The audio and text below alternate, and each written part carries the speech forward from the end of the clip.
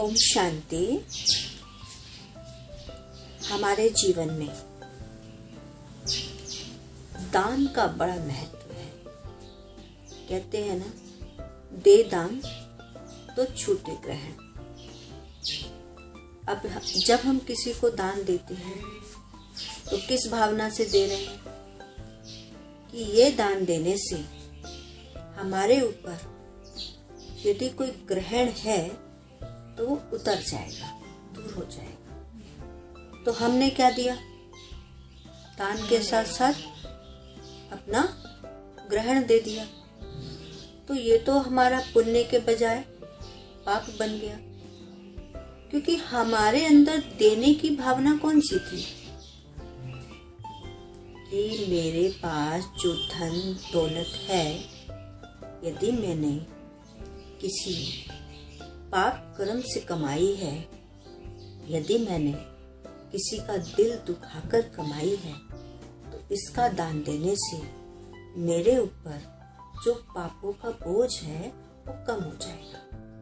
मतलब मैंने अपना पाप दूसरों को दे दिया। यही हुआ ना, यही सत्य है। भावना क्या है? अब दान भी कितने प्रकार का होता है। कोई सोचता है धन दान, वस्त्र दान, अन्न दान, समय का दान और शुभ भावनाएं, शुभ कामनाओं का दान। जब हम किसी को गुड विशेस देते हैं, happy new year, happy Diwali, आपको बहुत बहुत बधाई एवं शुभकामनाएं, तो ये हमारी गुड विशेस यानी शुभ भावनाएं, शुभ कामनाएं। एक है समय का दान। हमने अपना समय किसी को दिया, किसी की सेवा में लगाया, किसी के साथ गए, तो वो है समय का दान। धन दान, धन किसी को दे दिया, किसी के काम आ गया। वस्त्र दान, वस्त्रों का दान देते हैं। अन्न दान, कहते हैं ना, अन्नदान महादान, किसी भूखे को खाना खिलाना, प्यासे को पानी पिलाना। लेकिन इन सब का दान करना समय पर काम आए, बहुत अच्छी बात है। भूखे को भोजन खिलाया, बहुत अच्छी बात है। किसी के वस्त्र फटे हुए हैं, वस्त्र पहना दिए, बड़ी अच्छी बात है। किसी के सिर पर छत नहीं है, हम किसी को छत देने के निमित्त बन गए, बड़ी अच्छी बात है। लेकिन क्या ये सब चीजें अविनाशी हैं? क्या इन सब से उस व्यक्ति का जीवन बदल जाएगा? उस व्यक्ति की सोच बदल जाएगी? उसके दिमाग में तो हमेशा यही बात रहेगी कि ये तो मुझे दान में मिला है, यानी मैं भिखारी हूं और देने वाला दाता है। उसके मन में एक कमजोर संकल्प जो हमेशा बना रहेगा, वो उस संकल्प से कभी उभर नहीं पाएगा।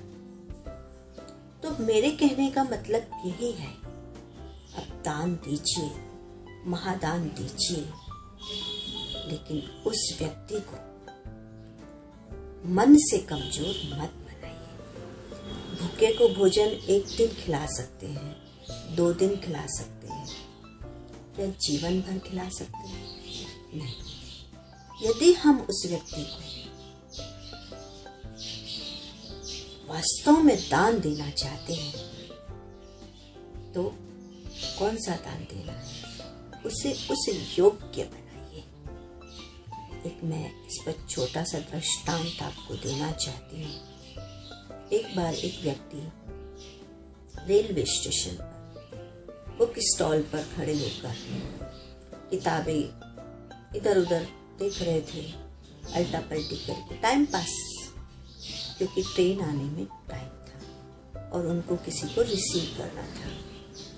तो तभी एक लड़का उनके पास आया, बोला, अंकल अंकल आप मेरी किताबें खरीद लीजिए। उन व्यक्ति को किताबों की कोई जरूरत नहीं थी। तो उन्होंने कहा, नहीं भाई मुझे कोई जरूरत नहीं है। तो लड़का बड़ा गिड़गिड़ाया, प्लीज अंकल ले लीजिए अंकल। तो उन्होंने कहा अच्छा कितना दान लेते हैं? उन्होंने कहा 500 रुपया। तो उस व्यक्ति ने किताबों को लिया हाथ में, देखा अरे भाई इनका कोई 50 रुपया भी नहीं देगा, तुम 500 की बात करते हो। तो उन्होंने कहा प्लीज अंकल। तो उन्होंने कहा अच्छा एक बेटा एक बात बताओ, तुम्हारी क्या मजबूरी है? तो उसने कहा मुझे पढ़ाई पढ़नी है, मेरे माता पिता गरीब हैं और इतना उन्होंने इंतज़ाम किया है पैसों का, इतना बाकी है। यदि मैं इतना पैसा ले लेता हूँ, आप मुझे दे देते हैं, तो मैं ये एग्ज़ाम मैं अपना फॉर्म भर पाऊँगा। तो उस व्यक्ति काफ़ी अंतर्मन में हाँ ना, लेकिन उनका अंतर्मन जीत गया। उन्होंने कहा वो किताबें ले ली और उसको 500 रुपये दे दिए। वो बच्चा बड़ा खुश हुआ, एक बड़ी सी स्माइल उसके चेहरे पर आ गई। खैर कोई बात नहीं। वो बंदा घर आया, घर आके विचार किया कि ये तूने सही किया या नहीं किया। खैर उसने विचार अपने दिमाग से निकाल दिया। फिर एक बार फिर वो लड़का टकराया। फिर उसने कहा अंकल जी आपका बड़ा बड़ा धन्यवाद। उसने कहा क्या कर रहे हो बेटा? कहते वो एग्ज़ाम तो मैंने पास कर लिया, आगे के एग्ज़ाम की तैयारी है जो मुझे शहर से बाहर जाकर करनी है। तो उसने शहर के बाहर का अपना एड्रेस दिया उनको कि आपके पैसे मैं ज़रूर चुकाऊंगा अंकल, और आप मुझे अपना एड्रेस दे दीजिए। तो उन्होंने भी अपना एड्रेस दे दिया, उस लड़के ने भी अपना एड्रेस दे दिया। फिर पता नहीं क्या मन में आया उन भाई के, फिर उन्होंने 1000 रुपया उस लड़के को दे दिया, बिना किसी मतलब, बिना उनके मांगे हुए। उसने बड़ी कृतज्ञता भरी निगाहों से उनको देखा, चला गया। फिर आदान प्रदान पत्रों द्वारा होने लगा। बस वो पत्र में इतना ही लिखता था अंकल जी मैं ठीक हूँ और मेरी पढ़ाई यहाँ तक पहुँच गई है, इसे क्लियर कर लिया है, ये एग्ज़ाम क्लियर कर लिया है। और उनको छोटी लड़की थी और अपनी छोटी बहन को प्यार देना। बस एक समय आया, उसने बड़ा एग्ज़ाम पास किया, एक अधिकारी बन गए। विदेश में उनका जाना हुआ और विदेश में जाकर के उन्होंने वहाँ शादी कर ली। पत्र के द्वारा फिर उन्होंने सूचना दी कि अंकल मैंने शादी कर रहा हूँ। वो अपनी हर छोटी बात उनको पत्रों के द्वारा बता देते। पैसों का कोई चर्चा नहीं होता था। एक बार उनकी बेटी की शादी तय हो गई तो उन्होंने भी निमंत्रण पत्र उनको भेजा कि बेटी की शादी है और ये निमंत्रण स्वीकार करना। जिस दिन शादी थी उससे एक दिन पहले बड़ी सी गाड़ी आकर रुकी। उसमें एक विदेशी महिला और भाई बाहर आए। तो विदेश में रहने के बाद और इतने लंबे समय मिलने के बाद वो भाई भी नहीं पहचान पाए, बाकी परिवार वालों के लिए तो वो अजनबी थे। तो उन्होंने बताया कि मैं वो, तो बड़ा आनंद और खुशी से गले मिले और एक भाई की तरह पूरी शादी में भाई का रोल निभाया और पूरा खर्चा उन्होंने किया। कहते ये मेरी बहन के लिए है। तो इस चीज से हमें समझ में आता है दान तो किया, और दान भी दान सोचकर नहीं किया, एक सहयोग किया। दान करने में और सहयोग करने में बड़ा अंतर है। जब हम किसी को सहयोग कर कर ऊंचा उठाते हैं तो वास्तव में हमारा पुण्य जमा होता है, और हम किसी को भिखारी समझकर दान देते हैं तो उसमें हमें उतना फल नहीं मिलता। क्यों?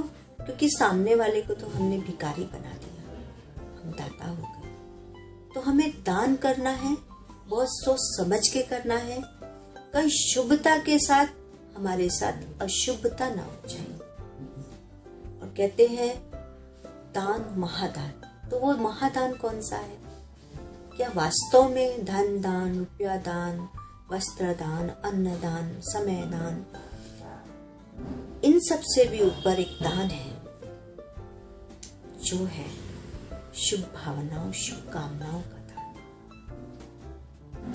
दुआओं का दान।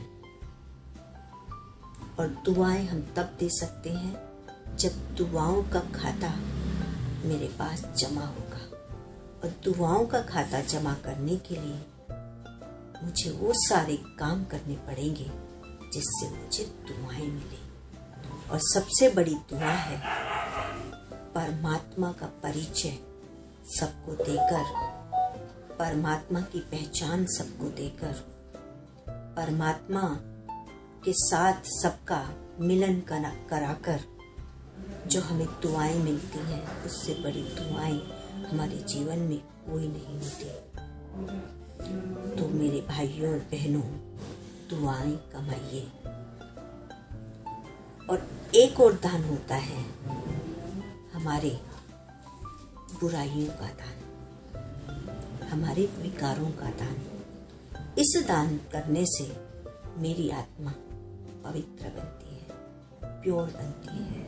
और जब आत्मा प्योर बनती है, आत्मा के अंदर प्योरिटी आती है, तो और सारे गुण और शक्तियाँ मेरे अंदर आने लगते हैं। और गुण और शक्तियाँ आने से, जब हम गुण और शक्तियों से भरपूर होंगे, उसके बाद जब हम किसी को शुभ भावनाएं और शुभकामनाएं देंगे, तो उसके पास भी वो गुण और शक्तियाँ अवश्य पहुँचेंगी, जिससे उनका जीवन बदल जाएगा, उनका जीवन खुशहाल बन जाएगा। तो दान तो कीजिए, लेकिन सोच समझ कर कीजिए, अच्छा दान कीजिए। दान मतलब, दा मतलब देने योग्य, आ मतलब अविनाशी, ना मतलब निरंतर उपयोग में आने वाला। ऐसा दान कीजिए जो अविनाशी हो, निरंतर उपयोग में हो और देने योग्य हो। ऐसा दान नहीं आज जिससे खुशी मिले और कल फिर दुखी हो जाए। तो प्लीज सोच समझ कर दान कीजिए, अच्छा दान कीजिए, अविनाशी दान कीजिए।